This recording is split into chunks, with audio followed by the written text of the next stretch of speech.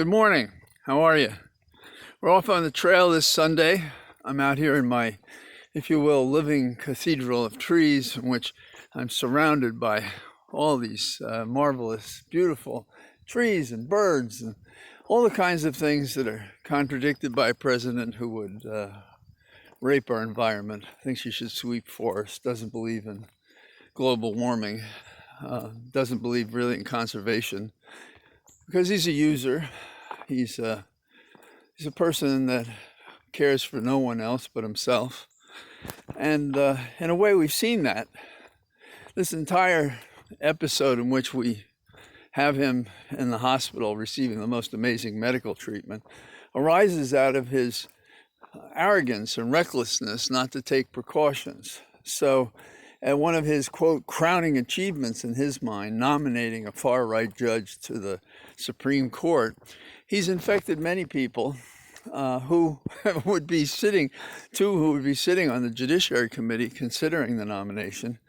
And then people who helped him prepare for the debate, such as it was Chris Christie, and a whole variety of other people. And we have to wait for the returns to see how many people were actually infected as a result of the reckless conduct of this guy. So few of us have any sympathy for a person who, in a sense, commits medical suicide by giving himself a virus by testing the science sequentially day by day, and then, surprise, he has the virus and we should feel sorry for him. I don't. Also, who in America can spend $750 and get the kind of treatment he gets? A special cocktail that very few have had. Others were in better health as a starting point when they took the cocktail. And who gets 8 doctors to stand up for them? And the spokesperson is an osteopath, not even a person in charge of infectious diseases, to reassure us, even as there are leaks telling us that what they're saying isn't true. For example, that he needed oxygen, which is kind of a precursor to using this special cocktail to recover. And he also is supposedly going to have 2 very difficult days ahead of him, although he is saying, oh, I'm feeling well and I'm feeling better. So we get no truth about it. And it's not that we wish him ill, but we have no sympathy for his illness. And there are some, understandably, who wish him a slow recovery. And that sort of triggers thinking about what Mark Twain used to say about Congress. He says the only time we're safe is when they're not in session.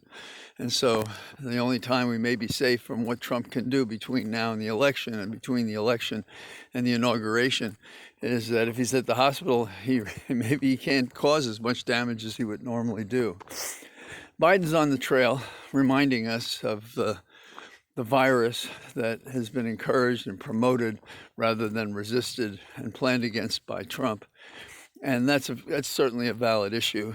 One could ask why in normal practice, when an employee fails, you have to wait 4 years to get rid of them. And I heard a comic do that, Chris Rock, on SNL the other night. But there was an answer, and our system failed. And that is impeachment, censure, the power of the purse. None of these tools were used.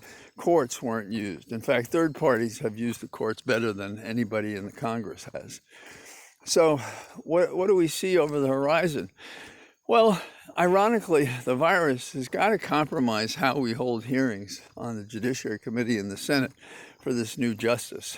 And it would be a great outcome, an appropriate one, another irony, deus ex machina, that the hearings can't go forward because of the virus compromising the entire business of the Senate and the House.